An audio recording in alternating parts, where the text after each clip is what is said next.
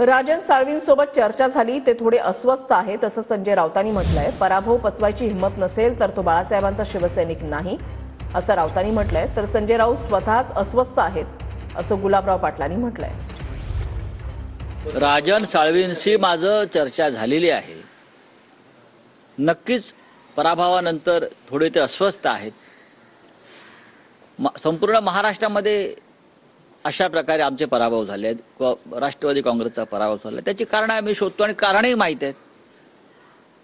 ज्यांना असं वाटतंय की पक्ष सोडल्यामुळे आमचं राजकीय आयुष्य बहरून येईल, राजकीय जीवनामध्ये एखादा पराभव वाटायला येतो, तो जर पचवायची हिंमत कोणामध्ये नसेल तर त्याने स्वतःला बाळासाहेब ठाकरेंचा शिवसैनिक मानू नये। स्वतःला अस्वस्थ आहे म्हणजे संजय राऊत ह्याचा पुतळा आहे, हा पुतळा हलणारा पुतळा आहे आणि त्यांनी सगळ्यांना अस्वस्थ केलेल्या माणसाने लोकांना अस्वस्थ कसं म्हणावं? उद्धव साहेबांना अस्वस्थ केलं, शरद पवारांना अस्वस्थ केलं, काँग्रेसला अस्वस्थ केलं, इव्हन शिवसेनेला तोडण्याकरता सगळ्यात मजबूत कार्यक्रम हा आमचा माल होता संजय राऊत। आलं का लक्षामध्ये? तर संजय राऊत म्हणजे हे आहे कोण टिपडं?